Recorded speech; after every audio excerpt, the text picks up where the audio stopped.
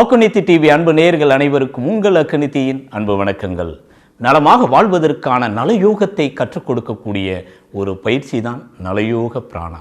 இந்த நலயோக பிராணா தினம் 2, வாரம் 2, மாதம் 2, வருடம் 2.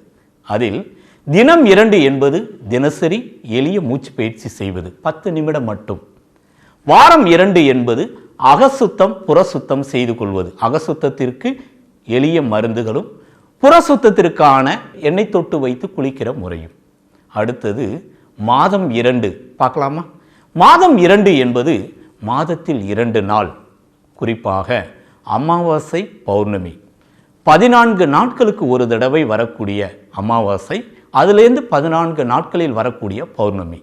அமாவாசை என்பது அதிக குளிர்ச்சி, பௌர்ணமி என்பது அதிக சூடு, குறிப்பாக நண்பகல் நள்ளிரவு அப்படின்னு சொல்லலாம். நண்பகல் என்பது பகல் 12 மணி என்பது சூரியன் உச்சத்தில் இருக்கிற நேரம் தினசரி.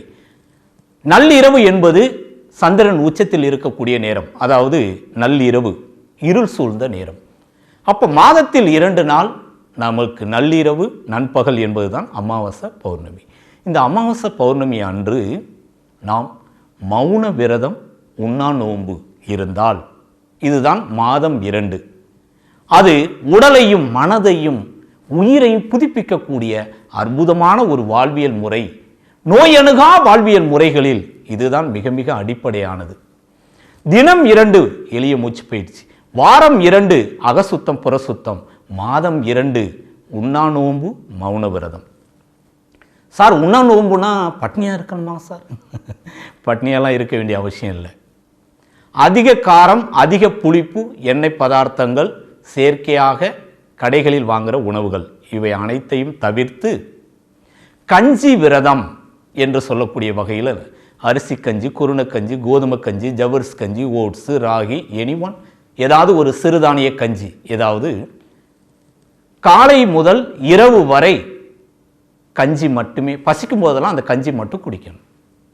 அப்போ ஒரே வகையான கஞ்சி அமாவாசை அன்னைக்கோ பௌர்ணமி அன்று காலையிலிருந்து இரவு வரை ஒரே வகையான கஞ்சியை மட்டும் குடிக்கிறது கஞ்சி விரதம். அடுத்தது 2வது பழ விரதம். அது என்ன பழ விரதம்? பழங்கள் மட்டும் சாப்பிட்டு விரதம் இருப்பது. அடுத்து 3வது ஜூஸ் விரதம். அது என்ன ஜூஸ் விரதம்?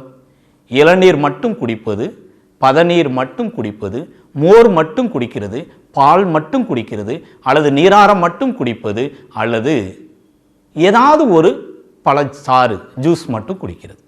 அப்படி திரவ நிலையில் ஏதாவது ஒரு ஜூஸ் மட்டும் குடிச்சிங்கன்னா அதுக்கு பேர் ஜூஸ் விரதம்.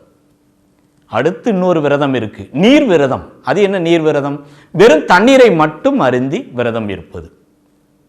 அவரவர்களுடைய உடல்நிலை, குடும்ப சூழ்நிலை, தொழில்நிலை, நோய் நிலைக்கேற்ப என் உடம்புக்கு இதுதான் தாங்கும் அப்படின்னு நீங்களே எது சரியாக வருமோ அதை தேர்வு செய்யணும். ஃபஸ்ட்டு கஞ்சி விரதம் இருந்து பாருங்கள், நல்லா இருக்கே.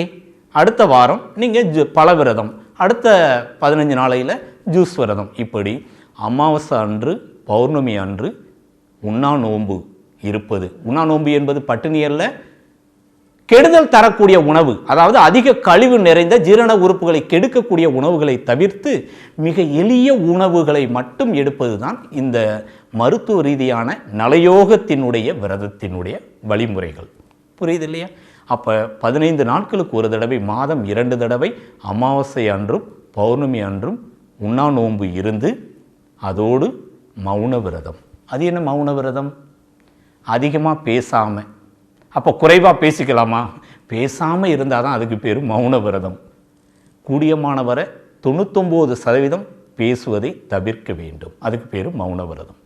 உயிருக்கு ஆபத்தான நிலையில் வேறு வழி இல்லாமல் பேச வேண்டிய நிலை இருந்தால் அந்த அத்தியாவசியமான அவசரத்துக்கு மட்டும் பேசலாம்.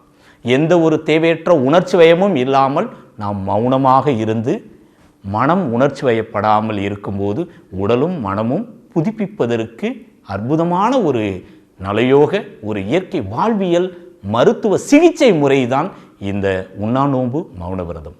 அப்போ மாதம் 2 தடவை அமாவாசை பௌர்ணமி இந்த உண்ணா நோன்பு மௌன விரதத்தை நீங்கள் கடைபிடித்து வந்தால் உங்கள் ஆரோக்கியம் உங்கள் கையில். நன்றி.